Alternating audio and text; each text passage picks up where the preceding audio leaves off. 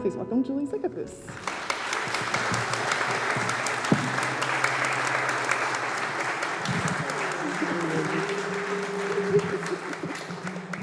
Oh, I love that woman. It's so wonderful to work on the magazine with people I adore, and we get along so well and we understand each other so completely. It's just such a dream. Well, I'm honored to be here tonight in this gorgeous, gorgeous space, and wow, this is ringy. Let me know if you can't hear me in the back. I'm going to try and make sure everybody can hear. But this is a talk kind of about how I became who I am and the kinds of things that have led me down the path of discovery. This is my home, Indigo Hill, when the New England asters are in bloom, which is right now. And I have 80 acres. It's a sanctuary for every kind of wildlife and flora and insect that lives. And it is a constant joy. Every morning I wake up and say, I get to live here. And that gratitude propels me through life. This is what I call my office. This is actually the gravesite of Bill and Elsa Thompson, who are the founding people of Birdwatchers Digest. They started the magazine in their living room in Marietta, Ohio in 1978. I became involved with the magazine in 1986, and as such, I am the eminence grise of the magazine. I like to be able to tell stories about the old days and how we used to do it with paste-up type, waxed type that we stuck into place. But I was not really involved in production then, but I've always written and illustrated and edited for the magazine. This is my yard on a particularly lovely morning with my beloved Curtis. And this is what it looks like in June. It's looking so raunchy now because it hasn't rained since July, basically. And the entire state is dying. I don't know if you can hear me, weather gods, but please. I think of myself as an unpaid, rather dirty superhero, and my superpower is saving wildlife that's economically worthless that would die without me. This is a painted turtle that I'm in the process of picking out of the way of the monster truck that has just crested the hill. And when he saw me out there, he gunned his engines and tried to get the turtle. And my favorite part of this picture, besides my grin, is the Greek chorus of baby starlings on the guardrail going, "Go, Julie, go! Get the turtle out!" I am the person that you call when the goose that lives down on the levee that has a permanently broken wing gets tangled up in monofilament, because I will wade into the Ohio River in February and get goose poo all over my pants, and lots of people won't. I like to think of my job as watching, observing, and sharing what I see. And as such, I do most of my writing while staring out the window. I have a permanent crick in my neck to the left, and I have a little waterfall down there that the birds come to. So this is my cluttered and happy studio. And this is some of my artwork for the Bluebird Effect, which is the white book with the bluebird on the cover. This was about to be shipped off to Taiwan for scanning, and that is a nerve-wracking thing when you put all your original artwork in crates and send it off. This is an formative book. I want to talk about a few books that kind of lit my fire as a kid. This is a 50-cent golden guide, and in this were some wonderful old illustrations. But this one really got me. This is by William R. Lee, and it was reproduced in halftone, as you can see. This is the actual painting, which I was thrilled to find online, of a buffalo jump, where they would drive the buffalo over the hill. Ooh, that's helping, thank you. Take some of the reverb off it. And then process them down below. And I thought, you know, I just want to be an illustrator. I want to tell stories in pictures. This was the kind of thing I wanted to do. And I won the parent lottery because my parents were so awesome. My mother was a little uptight about hygiene. My dad was not. And as you can see, he's pretty dirty. And he restored antique gasoline engines, like turn-of-the-century hit-and-miss one-lung gasoline engines. And I love to watch him put those together, take them apart, paint everything, and put them back together. And he had a bunch of lathes in the basement, and he could turn metal or wood. He could make a part for anything. And he loved nature. He grew up on a farm in Iowa. And this is a Saturday morning, and we are looking at Audubon prints. This is just the kind of thing we did, you know. And he had gotten a hold of a bunch of them, and he brought them home and gave them to me. And he knew that Audubon was as good as it gets.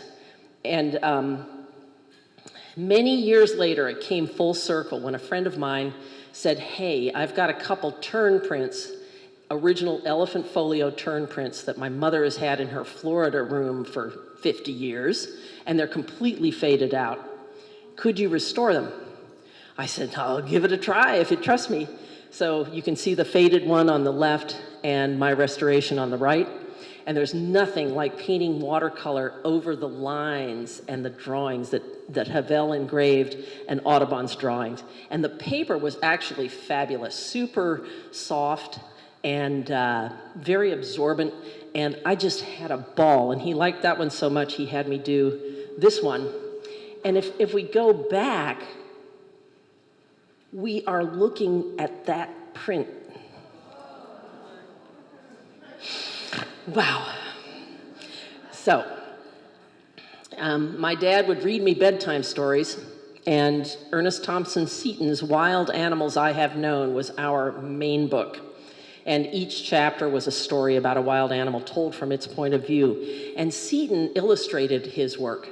And my dad always tried to find books that the author had illustrated.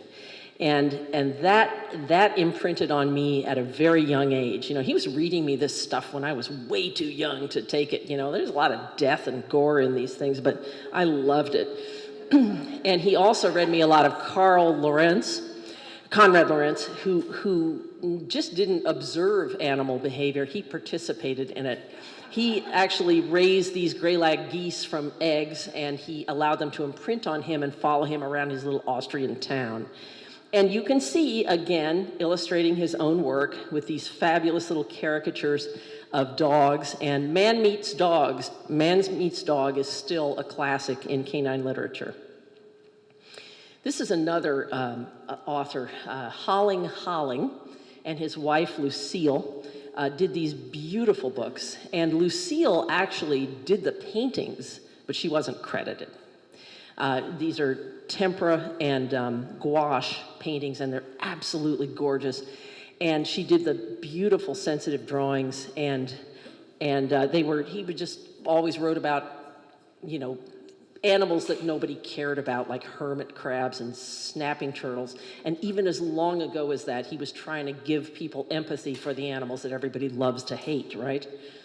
And then this was kind of another sort of a goosebump moment.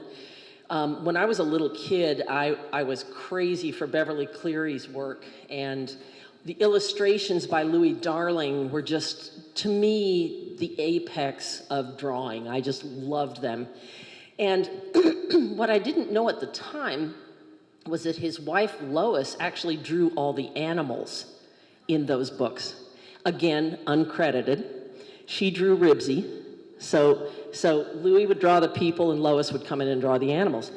And she drew the dinosaurs in The Enormous Egg, which was Oliver Butterworth's incredible story about a boy in New Hampshire whose chicken lays this big leathery egg that keeps getting bigger and bigger and hatches a triceratops. Awesome.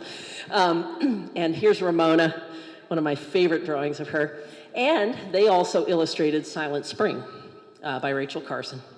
And so they are illustrators to know. And I had quietly been worshiping Louis and Lois Darling, all my life. And I met Lois, Louis had long died, at a Nature Conservancy fundraiser when I was working for the Connecticut chapter of the Nature Conservancy. And when she was introduced to me, I said, wait, the Lois Darling? And she goes, indeed I am. And she She was about 4'9". She was the best. And we became very close, and that's Lois in her little canoe. And when she died, she left me that canoe, which I should use more. I remember where I was standing in the attic of a used bookstore on Martha's Vineyard in October on a rainy day many, many years ago when I first saw Edith Holden's work, and I bought her book, The Country Diary of an Edwardian Lady, which was very, very popular in the late 70s, early 80s. And when I saw her work, I thought, my God, she's doing what I do. She's going out and getting stuff and bringing it back and painting it. I must be an Edwardian lady or something, because I was just doing this my whole childhood. I was gathering things out of nature and painting them. And it was the combination of her art and the things she wrote underneath that kind of turned me on. So then we get to the greatest art mentor of all, who I never met, Louis Fuertes from Ithaca, New York, Louis Agassiz Fuertes. And these are what many, including I, regard as his finest work that were done right before his death. And in 1927, he went on an expedition to Abyssinia, which is now Ethiopia. He was the artist for the expedition. They would collect specimens and he would paint them before the colors faded. He would get all the soft part colors in the eyes. And on the way over to Ethiopia, the boat listed and his enormous trunk full of watercolors and paints and paper and brushes went overboard. And Louis was forced to go to a little bookstore in Addis Ababa and buy a child's set of watercolors in a little tin folding box, some little brushes that were just terrible, and pastel paper, toned pastel paper, and this is what he did with those materials. So anytime I'm in a fetal position crying because Darsh has stopped making the exact cold press watercolor paper I prefer, I think about Louis and I say, just do it with what you got. Speaking of painting with what you've got, this is Bob Clem, Robert Verity Clem, and a lot of you may remember the epic book Shorebirds of North America, which came out in the 70s at the height of the wildlife art craze. It was this big coffee table book, and he did these gorgeous egg tempera paintings for them. And he was just an amazing, amazing artist, and he lived out on Cape Cod, and I made a couple of pilgrimages out there to see him and to talk to him and to take him stacks of my work to critique, which he critiqued very harshly. But that's okay, I needed that, they were bad. But he was so kind that he shipped me, without any fanfare whatsoever, full sheet watercolor paper and said, I'm not using this, you use it. Because he had seen me, I was drawing on Strathmore sketch pads and I was doing my watercolors on the buckling paper. So he rescued me from bad materials. And he told me to draw from life, no matter what. And he said, if you only have house sparrows in your yard, just draw house sparrows. They'll teach you everything. Well, I have turkeys in my yard. So off I went, drawing, and I carried a sketch pad with a strap on it over my shoulder, and I drew everything. I did not know what a camera was, and that was such a blessing to go for decades without ever having a camera. Now I can't say the same. But when you're sort of in the zone and you're sketching, you can do these sort of reductionist drawings that say turkey without going into a lot of detail. I spent an entire summer under an osprey nest in Niantic, Connecticut, Old Black Point, and just got to know those birds so well. And the day that I drove down there, got out of my car, and the babies had fledged, I wept because they were like family to me. The other thing Bob Clem said to me is, get your hands on dead birds if you can, get a rehab and salvage permit, keep them in your freezer and draw from them, but draw from them fresh if you can. So you learn a great deal about birds when you do this. There's a little baffle in an osprey's nostril that actually keeps water from going up their nose when they plunge dive. And they also have these incredible spicules on their talons, or on the pads of their feet, that are like, they're really sharp and they hold the fish. The talons are perfectly round in cross-section so that they can easily release the fish. If they were not round, they'd have a harder time. Lots and lots of cool stuff to learn from dead birds. I didn't know that a pied-billed grebe weighs exactly a pound, and when you hold it in your hand, it feels like it's made of rubber. It's very, very dense. And that's because these guys are like little submarines. They actually can express all the air from their air sacs and their lungs, let out the air and sink, and then come back up with their power of their feet. They're incredible. And these feet only work out to the sides. They cannot walk. They can't stand. They can only oar themselves along. That's how they're built. But you don't find that out until you play with one. So I did my time as a field guide illustrator, did a lot of that kind of stuff. That's really the only work available to most bird painters. So we wind up doing these birds on white in profile, in even light. But what I yearned to do is storytelling pictures that told something about the bird. And so, this is like the dream commission for me is like, make something that nobody's ever seen, and what would that look like? Ivory-billed woodpeckers at the nest. And I did a ton of work for the Department of Defense. There's a lot of burrowing owls on proving grounds because there's so much ordnance in the ground that it's not safe to walk there, but burrowing owls aren't going to set it off, so they get to nest anywhere they want on the proving grounds. And then I guess the largest single commission I did before I started illustrating my own books was for the Birds of North America, which is now called Birds of the World online. And I was a primary illustrator for that. It was a 10-year project. And I actually got in on the project when I was sent the first couple of species accounts in the mail. They came out in a serial issue. And one of them was piping plover. And I looked at the illustrations and I said, I could do better piping plovers than these. And so I called him up at Cornell, or actually at the Academy of Natural Sciences, and I said, I want to do your illustrations for you because you need somebody good. And so that was awesome, and I actually got the job, and I worked on it for 10 years, so that was very cool. I don't usually seek out work, but I had to for that. And then I do book illustrations every now and then for other people. This is for Alan Poole, a world-renowned osprey expert who wanted to convey the fact that ospreys can cross oceans. They are they're indefatigable birds. So I put a tanker in the background so you knew it was on big water. And I guess one of my favorite things to do is the covers of breeding bird atlases. You might recognize Ohio's cover right here with a parallel warbler, and West Virginia, and I've done 2 for Pennsylvania, and I'm ready to do Pennsylvania's 3rd if they want me to do it. I mean, that's pretty cool because they come out every 20 years or something like that. Woo. So, yeah, I'm old. A really nice job that I get to do for the Wilson Ornithological Society is every year I paint an award, a present for some member of the society who studied this bird. And a couple of years ago, it was a Puerto Rican toady. I was like, I am on that. I will paint that bird. And I have so much fun with that. So I never know what it's going to be. And illustrations. I did a book review of Tim Gallagher's book about looking for the imperial woodpecker. And this was for the Wall Street Journal. And they didn't have, obviously, a painting of an ivory-billed woodpecker. I said, can I illustrate my review?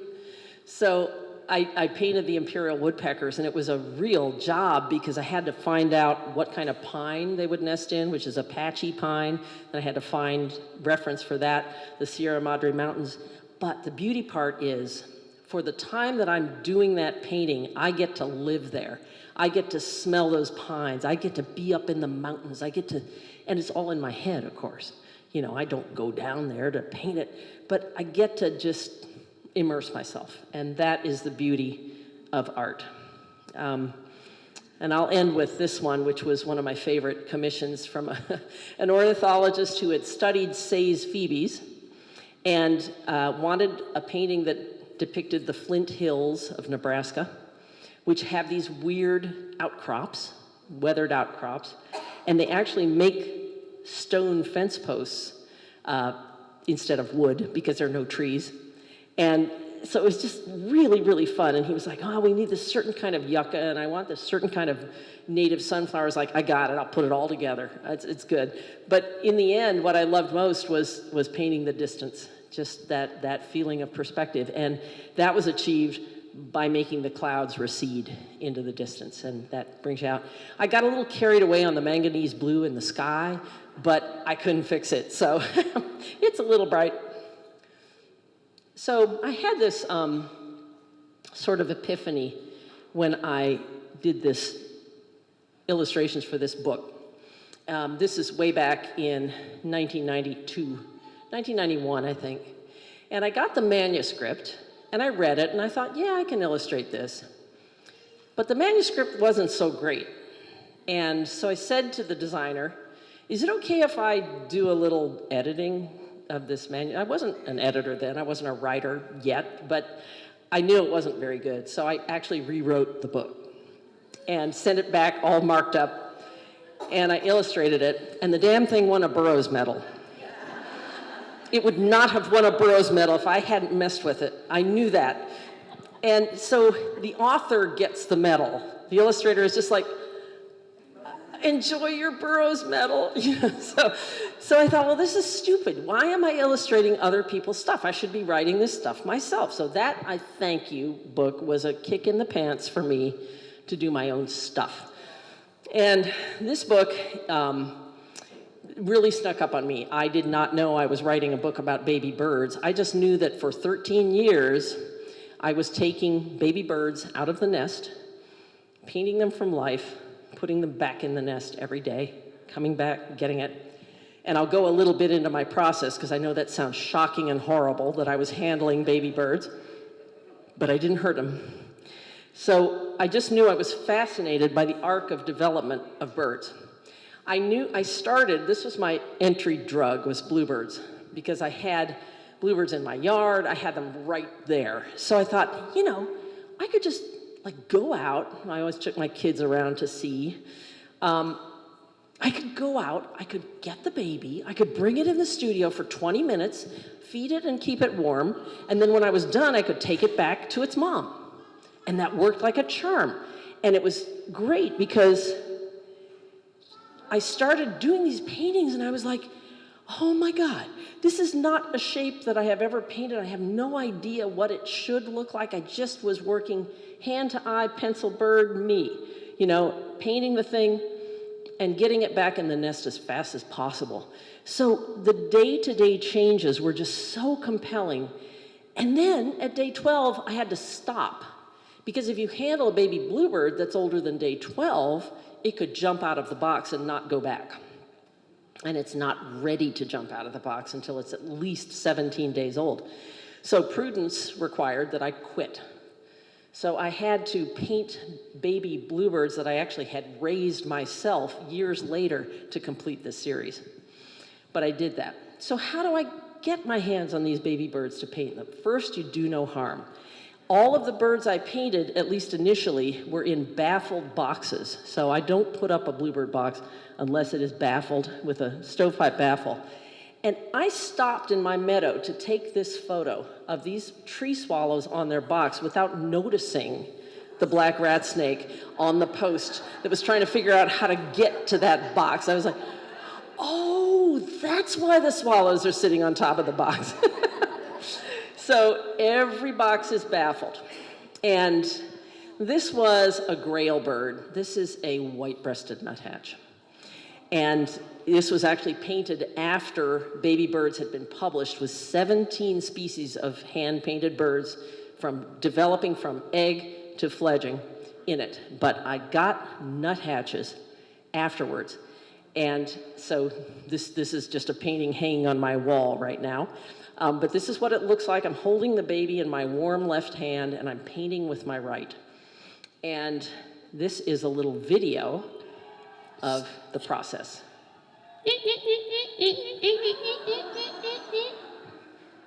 Everybody gets fed. Look at it go down his throat. Oh, he's gonna poop. Keep shooting, keep shooting. I know. That's pretty amazing, huh? You feel so much better now. Thanks, man. I love that little video that my son made. Liam was so used to being called into service when I would need him to document something weird. But the painting just went on and on and on. I didn't know the darn nuthatches would be in their nest for 23 days. That is an eternity. So I ran out of paper. And at the point at which the nuthatch got to this age, I had to quit because he was entering the age of sentience. And there's the finished painting where I'm just literally cramming them down here. But at this point, I started working from photos. That I'd go up with my cell phone, open the box, snap a photo, close the box. That was it. And that way I didn't frighten them. And the coolest thing was, there they are in their box. And the female always sat in front, the male always sat behind. You can see her slate gray cap and his black cap. And I found that to be true through my studies. Each baby bird sits in the same place in the nest throughout its infancy. So the parents know who is who. And when you put baby birds back in the nest sort of randomly, you'll see them all like scramble around, like, no, I'm at 5 o'clock, you're at 2 o'clock, get out of my place. It's amazing. But they have to have some way to know who is who, and that's how they do it. That and vocalizations. So this was an amazing thing that happened years ago. I had this little Olympus point-and-shoot camera. I didn't even have a telephoto lens. And Bill came in with his eyes big as saucers, like rolling back in his head. He said, Zick, I think I found a cuckoo nest in the orchard. So I went out with my camera and stuck it up there. I didn't even know what I was filming. And here they are, standing on the shards of their eggs, which are very large and very blue. And this is what happened when I jostled the nest.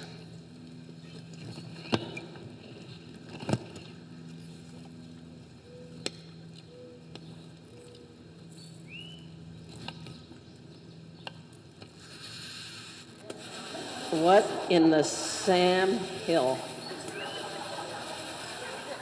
Okay. They're flapping their wings. They're standing up, and they're making a sound like a rattlesnake. And these things are 1 day old. So right away, I knew there was something really weird going on with cuckoos.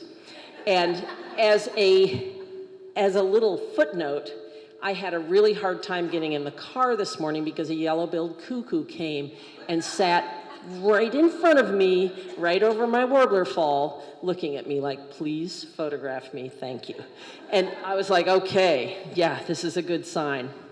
So it turns out that yellow-billed cuckoos and black-billed cuckoos lay the largest egg proportionate to their body size of any bird in North America. And in that egg is a huge yolk. It's called a well-provisioned egg. And from that enormous egg with its well-provisioned yolk hatches a baby that by day 2 can perch on the rim of the nest and snap at passing flies. Day 2. And they proceed to develop at an alarming rate, such that by day 7, they are fully feathered. I mean, if that doesn't turn you on, what does, right? So then they fledge when they are so small and so vulnerable, but they are able to clamber through the foliage, and then they're fed for a couple of weeks after by the parents. All they have to do is give a location call, the parent finds them and comes feed them. So it's just the most fascinating arc. They have, so this is like the entire nesting cycle when the babies are in the nest, from the start of incubation to the fledging of the baby is 17 days. So they incubate for 11 days, and then they're in the nest for 7. It's crazy. It's absolutely crazy. So, wrens. Carolina wrens, a lot of us love them. They are birds who are happy to be among us and in our doorsteps there. And so I had painted these from birds that were in my hanging baskets in my front porch where they were safe from snakes. And I always loved them, and I always wanted to raise them. And I got my chance. Oh my goodness, the baby's sweating. Okay, hang on. I gotta stop filming. Okay, hang on. So their mother and their father was killed by the same cat. And they were in a boot. They were in a rubber boot in someone's garage. And the nest was exactly the shape of the insole. So I got this shoebox with these babies in this foot-shaped nest and their sad story. And I set about making things better for them. So here they are, older, growing up. Such precious babies. It just swallows the worm like it wasn't even there. This is obviously taking place on my kitchen table. That's how I do it. And you can see each one is color-coded with acrylic paint. So I know who has eaten, because I'm not smart like a parent bird. And so that's how I do it. And they grew up to be the most incredible little creatures. And the neat thing about Carolina wrens, well, there's a million neat things. A, they're brilliant. They are incredibly intelligent. They have a sense of humor. They are very tactile. So this is not me going and picking up the birds. This is the birds flying into my hand and saying, hold me, hold me. And there are not many birds who are like that, but Carolina wrens definitely are. Carolina wrens and mourning doves are the real cuddle bunnies. And I respect these things and their needs. And their needs include being cuddled. They want cuddles. And given a choice, they would sleep on me for the next hour until the next meeting. They wanted to sit on my lap all day. I have things to do. So I set an alarm on my phone, and it goes off on the hour. And I come out, and they're good and hungry, and I feed them. And then I cuddle them a little bit so It's they too know much. they're loved. Yep, you are loved. Ooh, I needed to hear that. And I go back inside and work for an hour and see what I can get done. Yeah, Before the when you 5 have to minutes feed either. something every 40 minutes, Yeah. not a lot else gets Every done. hour for 13 hours a day. 13 hours a day, first light to last light. So you're doing that. So when you get a bunch of baby birds, or even one, your schedule is completely run by them. It's like having a newborn infant for the next month, month and a half. It is a thing. What is so fascinating about Carolina wrens is their sense of place. This is release day. Just busy, busy, busy. Oh, too scared. Go back. They come out and they go, no, this is scary. They go back in the tent. So I have this tent that I set up in my garage so that I don't have to have whitewash all over my house. And I've learned over the years that it is easier just to let them crap all over the tent and then hose it out when they're done with it, because spreading newspapers is just pointless when you have birds like this. So they get to live exposed to the open air with nylon walls, so they can't hurt themselves as they learn to fly and, exercise. And they can hear the birds outside. The birds outside can come and visit them, which they do. Their conspecifics will come into the garage. I've had blue jays fly into my garage and hover by the tent to talk to my birds. It's crazy, but this is very good. They need contact with their own species. And these guys slept every night in this little pocket on the side of the tent, inside of it, cuddled in polar fleece. And they would come at the same time every night and fly into the tent in formation. And they'd go into that pocket. I would zip the tent up, close the garage so that nothing could kill them overnight, and come out in the morning and let them go. So this was beautiful, and it went on for quite some time. Now, I had a problem. How am I going to feed these babies who are not independent yet? They're picking up their own food, but they need subsidy.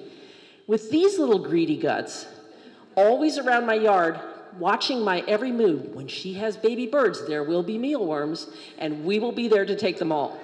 So how do you outsmart a titmouse? It's hard. But I invented the renarium, which is a critter keeper. On its side, I cut a hole in my screen. I put the renarium inside my studio, smashed up against the screen, and taped so the wrens couldn't come back into the house and raise hell. Because once you release them, they always want to come back, and you're like, no, you're a wild bird now. And so they would come in this little hole, eat, and then leave. It was so cute. Look how cute that is.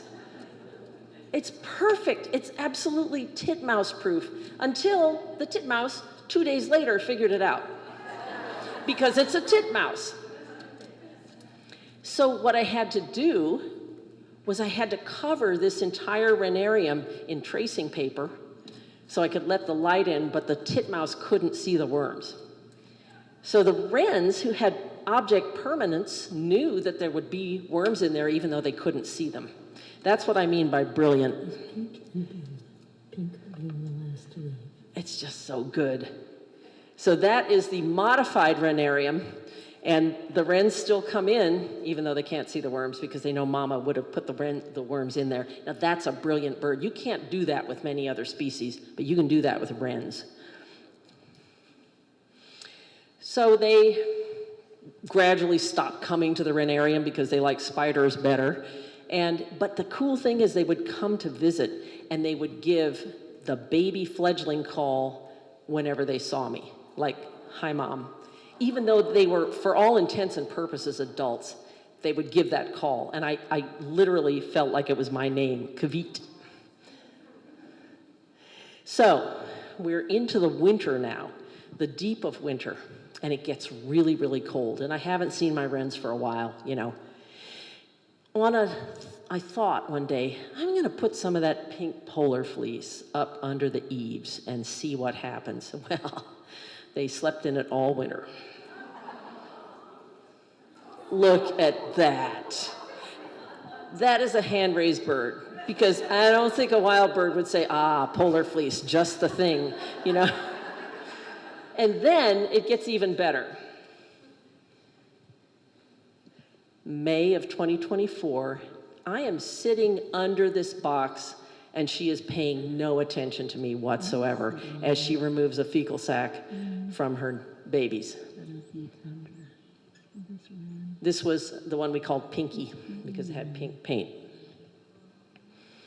So Pinky raised a brood there and a brood in the hanging basket. So in case you wondered if these little pets of mine were viable reproducing adults, they were indeed. I just love it. And there I am. I'm just right underneath her, and she's just completely fine with that. So I have this little paradise and everything, and everything is beautiful, and I work really hard on the gardens, and my darn daughter decides she needs to get married on my place this summer. So it took about a year to get it ready. There's her then fiancé, Oscar, who is a Spaniard from the island of La Gomera in the Canary Chains. They met while she was on a Fulbright scholarship teaching English to Spanish-speaking kids on La Gomera. And she would see him on the street corner every day and wave, and he would wave back. She was the only redhead on the island, so he noticed. And they fell in love watching the sunset. And we kind of thought about what would be the best month, and we decided the end of July would be great because that's what the meadows, the prairie meadows I've planted, look like at the end of July, the wild bergamot and the tiger swallowtails. And so I started mowing the wedding grounds a year before the wedding was to take place, actually a year and a half. I started mowing it in April 2024, so it would be nice grass instead of spiky sumac. And this thing comes in the midst of wedding preparations, this little mockingbird. And I had never raised a mockingbird, and I was as busy as a long-tailed cat in a room full of fiddlers, but I was not going to turn down a mockingbird. And I'm so glad I didn't, because this bird we named Chack for his common call saved our bacon. Hang on, I got to go back. Hang on, Checky. This should be a video. Come on now. Why isn't that running? Huh, okay, well, that's not going to do. Anyway, let's go back. We depended on this bird. He was like our court jester, and he had the run of the house, and he was just absolutely fantastic. That's Phoebe not in wedding makeup. And, you know, I find it's just easier when you have a super social bird like a mockingbird that wants to be with its clan to just raise it in the house. You have a brood of Carolina wrens, and they have each other to be with. You can put those out in the tent. But this guy needed to be in the house. And he was just such a cool bird, really smart. And there were just so many moments I would look over and see Phoebe just hanging out with him, and I thought, this is just exactly what she needs. She needs this little spirit to, you know, oh, don't be doing that. Vital to keep those beautiful feathers nice and clean.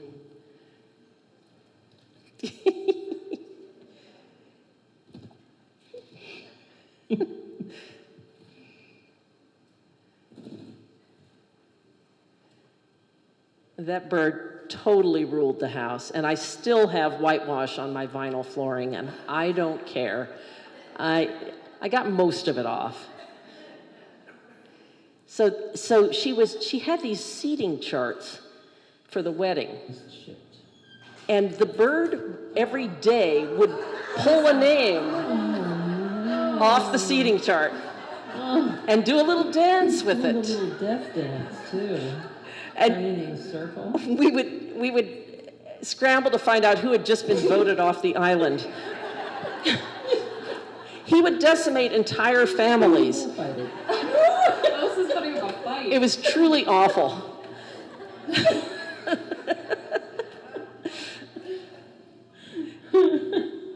And he just kept us laughing. That bird was a total comedian, and obviously had a lot of enrichment. He could do anything he wanted. And that seating chart thing, that's my daughter's Virgo rising there, just like everything in order and color-coded, you know. She was actually great at planning her own wedding. Love it, love it, love it. They had their own language. He makes those little baby comfort noises when you cuddle him. Ow! He bites me now. That's when we knew it was time to let him go. He starts biting, you know. Love it. So the thing that has to happen before you can release a bird to the outdoors is it has to pick up all its own food. Can't be taking anything from the syringe or the tweezers. So I had to order a special bunch of little bitty mealworms because the ones I had were too big for him. So he was like, I just can't pick those up. So the day I got the little bitty mealworms and he gorged on them, I said, you're out, goodbye. So we turned him loose. Here's the release scene. I bring him out of the house. Oh my goodness. Never get old. It never gets old. No. There's your worms. And your water. So I set up these little tables in the yard. This is your little table. For the titmice. Look, he's standing up so tall. Oh! First tree branch. Skippy. And he's already got an ant. He's picking things up. Wasn't an ant he wanted to eat. It's just such a thrill to see these birds get their freedom. Bring that ant into your water. Skip, what do you think? There's your water. picking ants off the trunk and eating them. He ate a lot of ants those first few days. This is actually the perfect tree to release him. Oh, I know. This is exactly what Jemima did when she was released. Still got the ant. You gonna... Pretty sweet. So here he is, catching the annoying flies that were bugging Phoebe. It was incredible. He was lightning fast, and he would just snatch them out of the air and eat them. My hero. Thank you.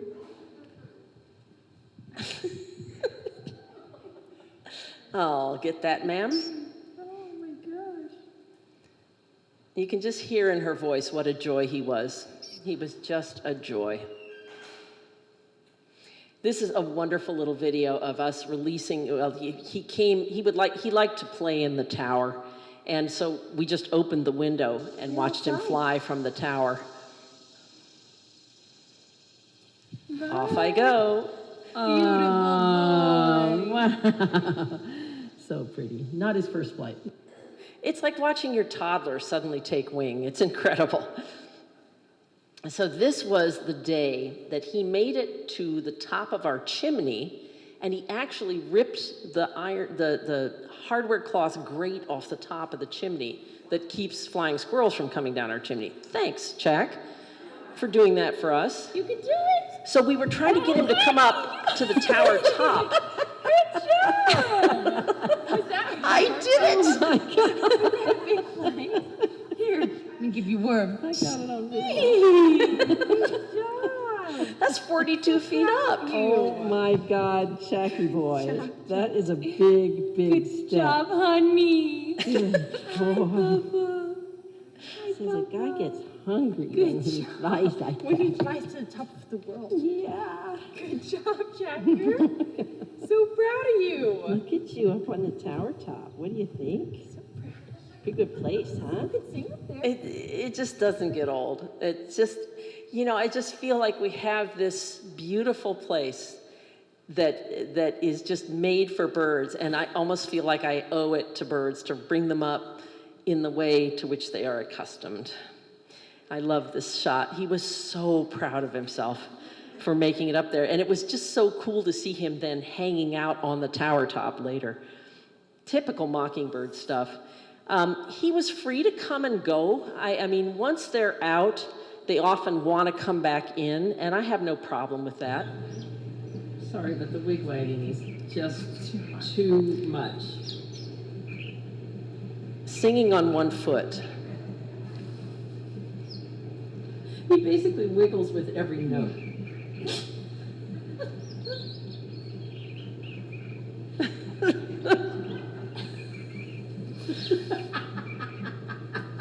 I could raise a mockingbird every summer, no problem. I would do it.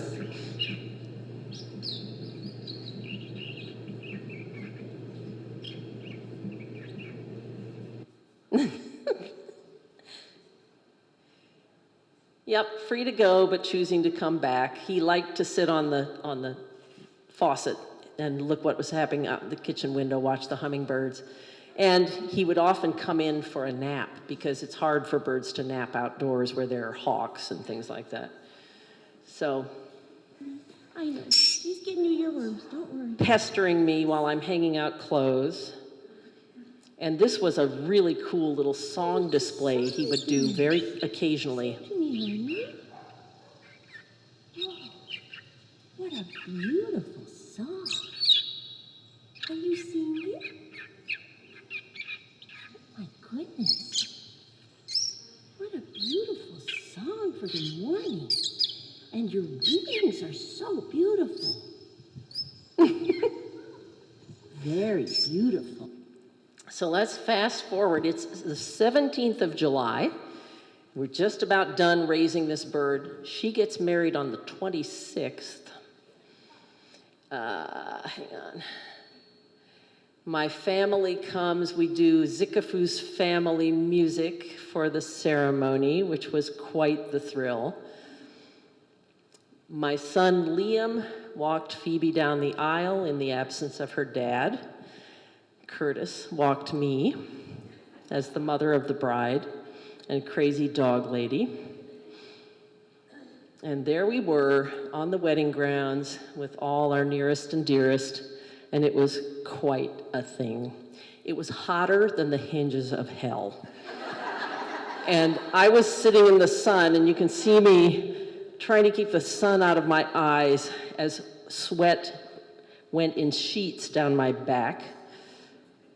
But oh, was it beautiful. So that was what I did this summer.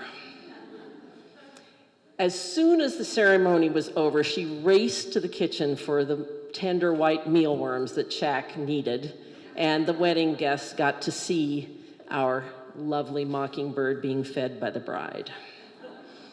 Because that's how we roll. This is the last video I took of Jack before he decided it was time to quit the premises. Absolutely beautiful. I wanted him to stay forever, of course, but they never do. The last evening he was there, he actually flung himself against the kitchen window, and I said, Jack, you sleep outside tonight. I am tired of you waking me up at 5:30 by flying down the stairs and chacking outside my bedroom door. I'm tired of that. You sleep outside. Now I wish to hell I had let him back in. Because he split then, he was hurt. So, 2 days after the wedding, the mockingbird is still in residence. My friend sends me this picture. And I'm like, I'm dead. I am comatose. I just threw a wedding for 140 people at my house, and you're sending me a baby bird. But I was like, what the Sam Hill is that? And I looked at it, and you see that super broad but really long bill? I said, that is a flycatcher. But why would a phoebe have a baby on July 28? That's not, but it's almost gotta be a phoebe if it's a flycatcher on somebody's front porch. So I said to Beth, who knows something about birds, do you see any phoebe nests on the ledges, on the light, anything like that? Don't see a thing. I cannot find the nest, she said. I said, I'll be right over. So I had looked at my own book, Baby Birds, and there's a pretty damn close match there. You know, that's a baby phoebe about 10 days old. So I got there, and the bird was the size of a 50-cent piece. It was literally tiny. And the minute I walked up, I heard the call of an Acadian flycatcher coming from the baby, and I knew it was an Acadian flycatcher. And I was like, okay, I don't know anybody who's ever raised an Acadian flycatcher. I hope I can do this. That by the next night, a second bird had fallen onto the same spot on the porch. The nest had disintegrated. I did not want to raise these birds. So I got a vireo nest that was in my collection, reinforced it with wire, went over, hung it up in a little tree right by her front porch that was directly under the nest where they had fallen from, because I will do anything to get baby birds back to their parents, because I don't want my next month and a half to be this. So this is a reenactment. The babies in the nest, da, da, da, da, da. And here they are in the vireo nest. And I have fed them, of course, overnight, you know, to get them strong and healthy. And I'm thinking, this has got to work. So I spent 6 hours playing the calls of Acadian flycatchers out the window. And the male Acadian was kind of answering, and I had them in a natural-looking nest. Okay, it was 20 feet lower, but it was theirs. And flycatchers are weird. That would have worked with a lot of birds. It did not work with these flycatchers. They were like, yeah, those are baby Acadian flycatchers, but they can't be ours. They aren't in the right place. And I was like, come on. They literally flew in, looked at them, left. Flew in, looked at them, left. So I'm feeding them. 6 hours go by. I go, okay, I'm stuck with these things. So I quickly fell in love because they were so tiny and they were so cute. They were just, with the little star down all over them. Look at them. How could you not drop everything and raise that right after a wedding? So the cool thing about flycatchers is, and I learned this while painting phoebes for baby birds, they give the exact same calls as nestlings that they do as adults.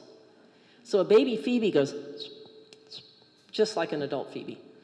And the calls of flycatchers are hardwired into their DNA. They don't have to hear their parents to learn them, like bluebirds do.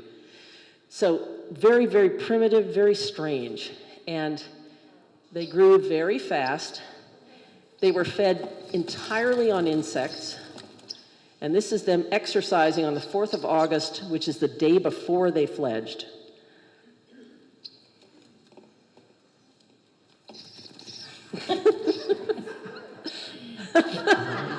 Getting beat about the face. I'm going to beat you up. They reminded me a lot of hummingbirds, the way they would exercise their wings. Of course, they're going to be aerial insectivores. They need to exercise.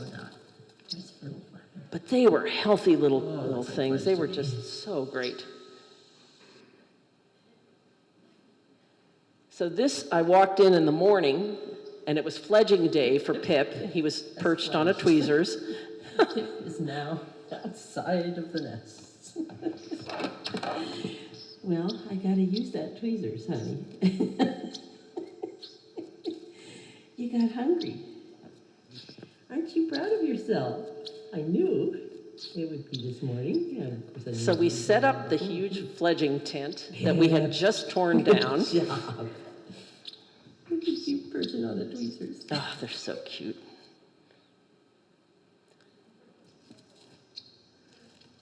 They seem determined to get every last sheath off their flight feathers so they can work better in flight. The fledging day, they spent all day just working on their wings. They were just the neatest little things.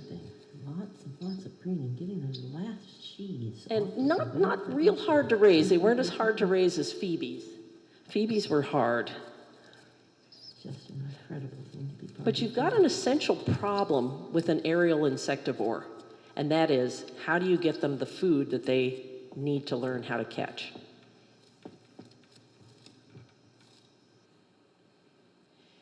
It was all easy. The first few days after they fledged, they just basically parked themselves, around the house, and I would come and feed them because that's what they would be doing in the woods. But once they started flying, I had to get them into the tent. And this is the inside of the fledging tent. And my dilemma is, okay, they're flycatchers. They're going to expect their food to be flying. And all I've got is mealworms in a cup. So the first thing I had to do, let's get a back view. Look at their little tails. Look at those tails growing out at exactly the same rate. Yes, very handsome. They're still being hand-fed, obviously. Front view.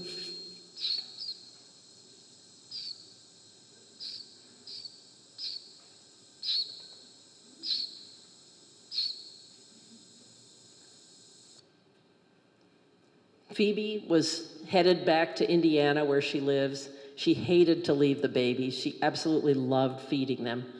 And we were just so glad that our summer was enhanced by these beautiful birds in our lives. It was incredible.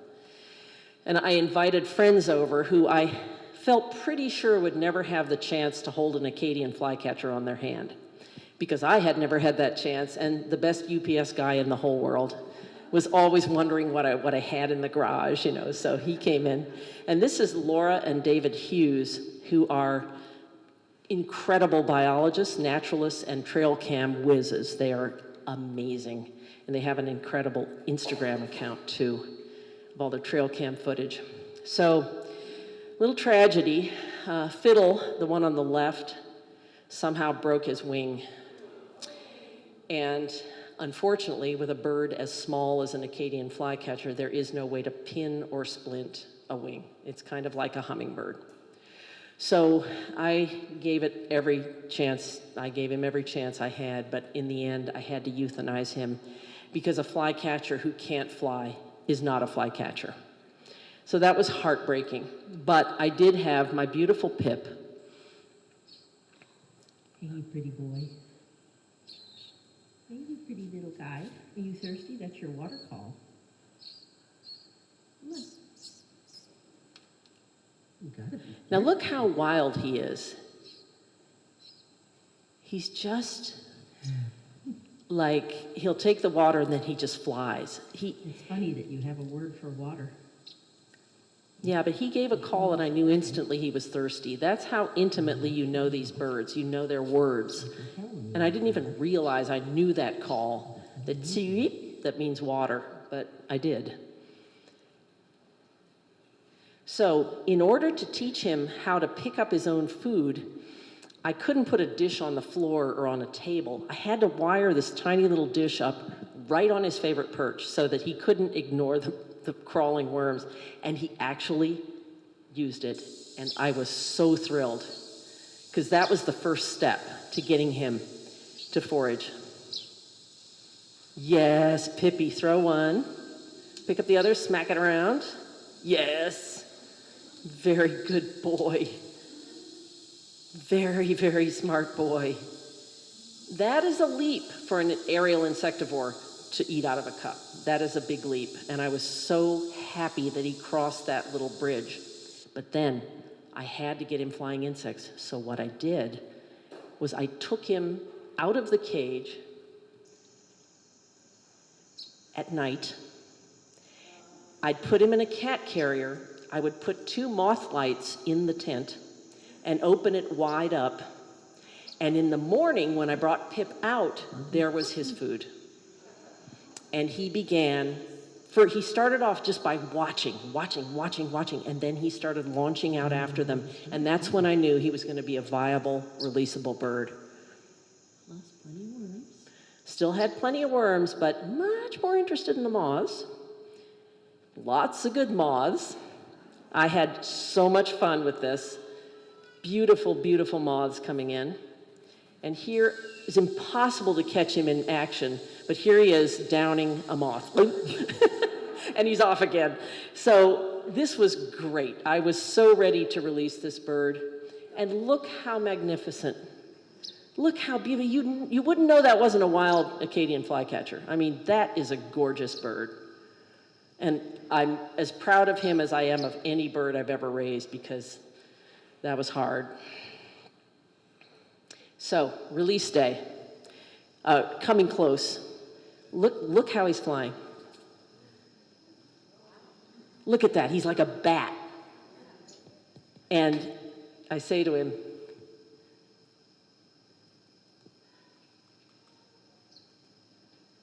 You need more room, buddy. you need a bigger tent, buddy. But what he needed was to be let loose. So this is release day. Hanging out in the garage. He notices immediately when I open the tent. I can see that you can see. It is. Out he goes.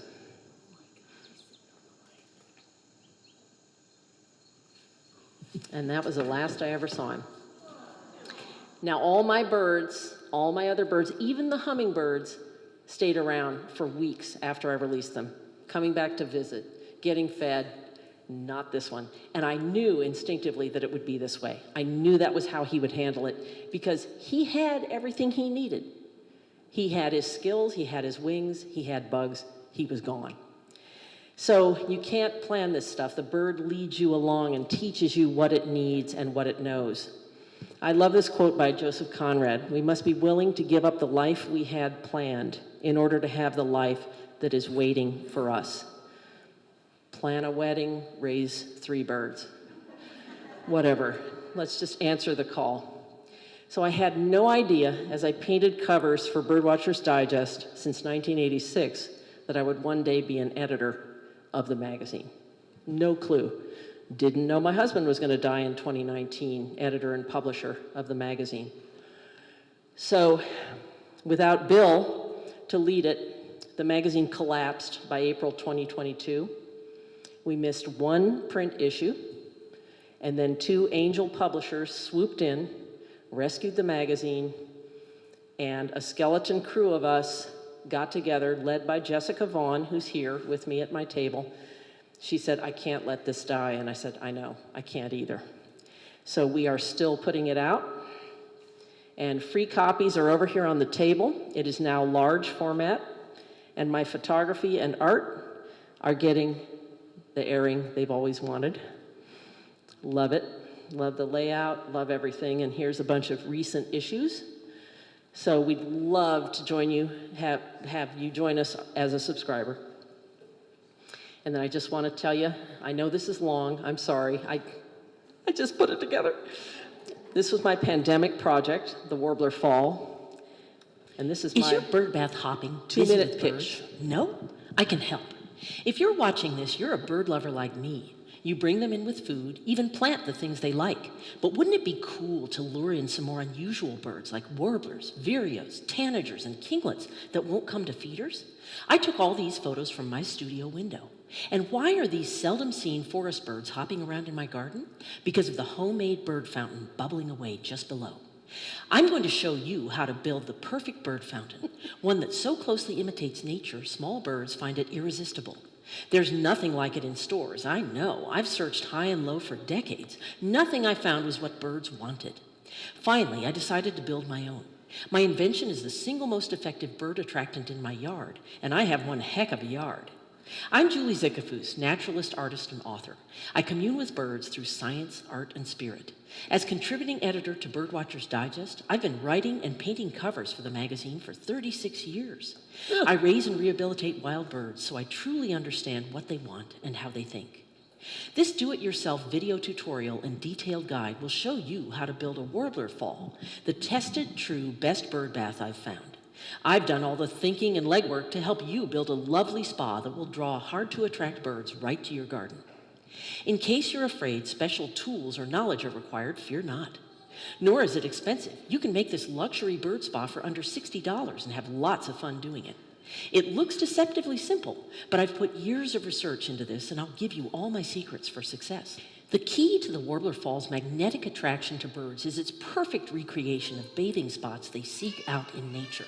Think you don't have interesting birds around? Wait till they hear the water music you'll create. Keep your field guide handy. Your Warbler Fall will bring in birds you didn't know you had. So that was my 2-minute Bobby Flay pitch. And that's the fastest I will ever speak in my life. But it has been successful. This is a photo from September 13, 2023. We have bay-breasted Blackburnian and Cape May warblers all together in the thing.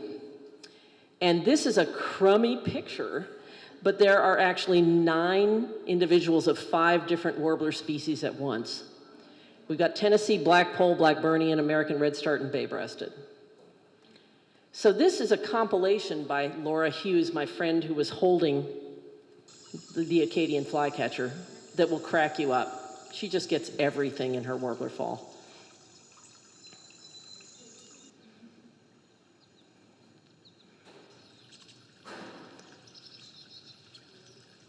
Aquatic meal.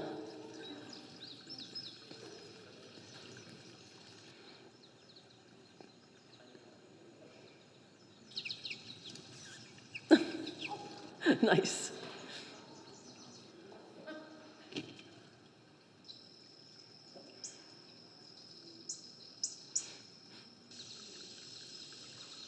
Indigo buntings are such water hogs. I didn't know it until I made this bird bath. Female cerulean, yes, scores. Didn't even know they had them. Here comes a blue grosbeak. And last but not least, and irresistibly cute, a bunny. Because he wants to go in the Warbler Fall. But it gets better. She got the ultimate this winter. Uh-huh. Yep, it's a video. Doop-ba-doop-ba-boom-boom. Doop-ba-doop-ba-doo. Is that a hoot? I'm telling you, it's a very good bird bath.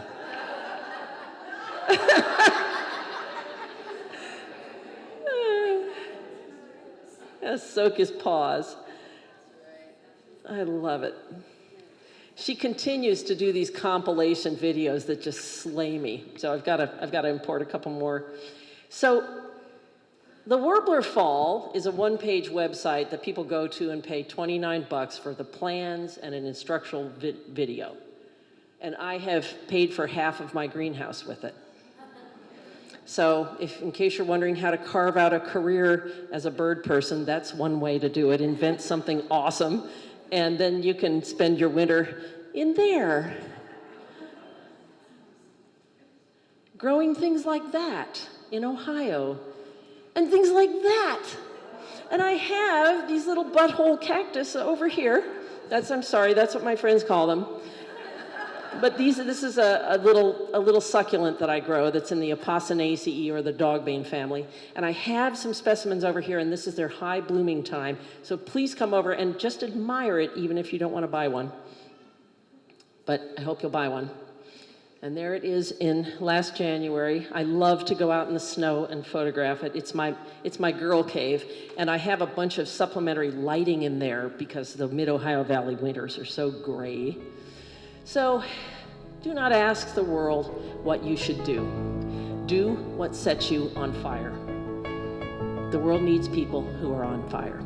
Thank you very much.